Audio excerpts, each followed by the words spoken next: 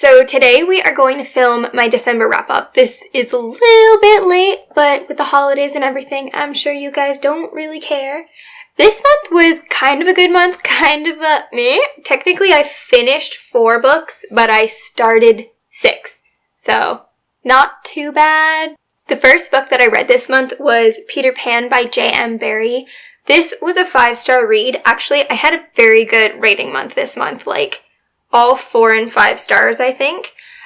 So the first book was 5 stars, and this story was just so whimsical, so fun, so imaginative. I had a really fun time reading this. I read it in about 2-ish sittings. It was so good, such a fast read.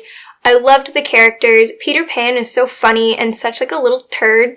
I feel like I've talked about this because I did kind of vlog it, but I just loved this story. I loved Wendy. I loved the personality that J.M. Barrie gave Nana the dog. I just thought all of that was super great.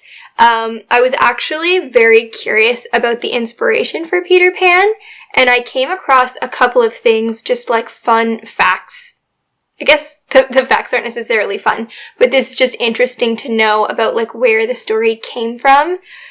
So when J.M. Barrie was a kid, his older brother actually passed away, at least this is what I read online, and apparently his mother obviously took that really hard, but J.M. Barrie used to occasionally like wear his older brother's clothes, and sometimes his mom would literally get confused because she just like was so depressed and call him by his dead brother's name, and it was just kind of the thought of growing up in the shadow of a deceased sibling, and then that kind of brings into the whole like never growing up sort of aspect. And then the other kind of inspiration for some of the characters were, I guess maybe this has to do more with the Lost Boys, I'm not exactly sure, but he had been walking his St. Bernard, which is actually funny because I think Nana is also a St. Bernard, so like more inspo. But he was walking his dog in a park and he came across this family, and I can't remember if it was 4 or 5 boys, and their parents, or I guess they were with their nanny or something. Anyway, he ended up meeting their parents, and they became really great friends, and the parents actually both died of cancer really, really close to one another, and he took in all 4 or 5, however many there were, of these boys as his, like, foster children, and he raised them. As far as I know, alone. I didn't see anything about him being married. I could be wrong. I didn't look for that specifically, but he took in those boys and he raised them, which I just think makes him such a large-hearted man. Unfortunately, I think all but like one of those kids met like a very unfortunate end. I can't remember how they all died, but I know at least one of them, I think, committed suicide. I'm not sure about 2. And then the other ones, I think they either died from like disease, and like one of them, I think, died at like 70 something. They didn't meet like a very happy end, which is super sad, but I thought the inspiration behind this book was really interesting to read about because I was just curious kind of where the story came from, because while the story does have very dark elements, it's still really fun, and I just thought that was very cool to learn. The next book I read was also a 5-star read, and this was Beartown. Now, this is one I kind of predicted to be a 5-star read for myself, but it was so hyped up that I was kind of like, is it one of those like fad books, those trendy books that everyone just loves because everybody wants to like be collective and have one collective thought? And then I fell into it. I just did. It was so good. The writing was beautiful. There were such like complex characters. The characters were just great. Some I loved much more than others. I don't like saying exactly everyone because there's a couple characters in the book that I'm like, oh man, I love that kid, but I don't want to say their name because they kind of like, they have a bit of a character development arc going on, and I don't want to spoil any of that for anyone. But I am going to say I loved Benji and I loved Amal. I just thought they were such sweet boys. I just loved them, and I just thought they were great. Maya was, I felt for her, but I definitely didn't connect with her as much as like other characters in this book, especially like her parents and stuff. But I just thought this story was great. Obviously the opening line was like super intense and just made you like want to know more, but I actually loved like the entire kind of ending of the book. I just thought everything just I just thought it was done like perfectly. I thought this was so good. Next on the list was A Christmas Carol by Charles Dickens. This one, I don't know how to explain it. I didn't love it, and I think it's because I've literally seen the movie probably 15 times. I'm not even kidding. I've seen it so many times. So nothing in this book surprised me. I literally knew every quote and every line before I even opened the cover, and the movie is exactly on point with the book. I think there was one small difference, and I'm not sure if I just missed something while I was reading, or if they added that into the movie as just a little extra thing. That I'm not entirely sure on because I haven't reread it. But I do think I'm going to reread this every year. I think this is something that I will enjoy as a tradition, and just around the Christmas season, just pull out this book and read it. I definitely enjoyed it far more than the movie. I gave it 4 stars. And that's just because I do like the story. I like the character development of Scrooge. I love the entire ending, but for some reason in the movie, everything seems kind of corny to me.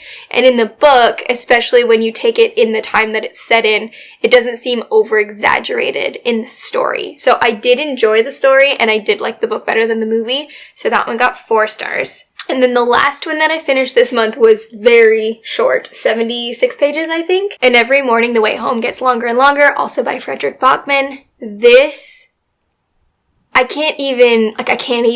My heart just, it was so great. I just loved it so much. It was really fast to read, 76 pages, really, really quick to get through. But the way that he kind of explains Alzheimer's, or dementia, whatever you want to say, it kind of it gives you a visual, he sets it up in a way that you can picture it in your mind, the way that it would look to someone whose minds were deteriorating, if that makes sense. It was such a beautiful story. Just the characters, I loved them. I just loved everything about this. I highly, highly, highly, highly recommend this. I don't think you can go wrong because you're really not wasting your time, but I have a hard time believing that people wouldn't like this book, especially if you've known someone who's gone through Alzheimer's, dementia, memory loss kinds of things. This just really hits home, and it really hit a soft spot in my heart. I really, really loved this. Now for this month's honorable mentions, these 2 books I didn't finish. One of them, guaranteed I'm going to finish in January. The other one, I will work through at my own pace. So I'm going to start with that one first. And this is A Secret Gift. This is Ted Gepp's story of his grandfather. And he actually received a suitcase from his mother, and it had some of his grandfather's belongings, and it had all these letters and envelopes and everything of letters of people requesting money. And what happened was his grandfather had posted in the newspaper in the Christmas of 1933 during the Great Depression that he wanted to give money to, he wanted to give $10 to 75 families, I think it was. And then he got so many, an overwhelming amount of responses, he decided to give double the amount of families $5 instead of more for less, less for more. And obviously $5 back in 1933 would have gone a very, very long way. It does actually explain what it would be worth, but I can't remember what the conversion is at this point. And the last book that I started in December is Fall of Giants by Ken Follett. This book, I don't want to go too much into it because technically I only read about 75 or 100 pages, I think, in December. And I'm just hitting the 600-ish or just past it mark now. And I do want to finish this week in January. This will be the first book that I finish in 2019. And technically I'm counting pretty much the whole thing for January because 100 pages is a spit in the bucket for a book this size. But this particular book in the series follows, I think it's around 8 characters. I haven't counted them all up in my mind, but I think it's around 8 characters, and you follow them through the events of World War I.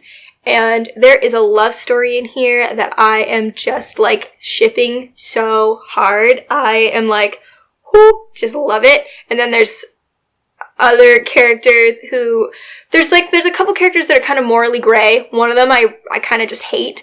The other one I kind of pity, but also I'm what is your deal? Why can't you just do the right thing? Now, I am gonna do my January TBR really quickly, and I don't have the books to hold up because they're sitting behind me under a hot candle because I didn't plan ahead for this. I am not setting a strict TBR for January. I didn't for December, and I'm gonna do the same thing for January, and then starting February, I am gonna do my top 3 TBR list again. The first book that I want to read is The Final Empire by Brandon Sanderson. I really, really want to start the Mistborn series. Literally, anytime someone holds up a Mistborn book in any movie, I hit the skip button so fast because I'm so close to starting that I don't want anyone to screw it up for me at all. And then the next book that I might get to is Salt to the Sea by Ruta Sepetys because I didn't get to that in November and I do still want to read it. I think it's going to be a great book. I just haven't gotten there yet. And the last book that I may try to get to this month is the Guernsey Potato Peel Pie Literary Society. It's behind me. I can't read behind me, but over there, that's the last one that I kind of want to try and get to because it's a short one. Anyway, thank you so much for watching. As always, comment below. Let me know if any of these books are on your TBR, if you loved them, if you hated them. No spoilers unless you at least give a warning because I haven't read these books yet. And I will talk to you all soon. Thanks so much for watching. Bye!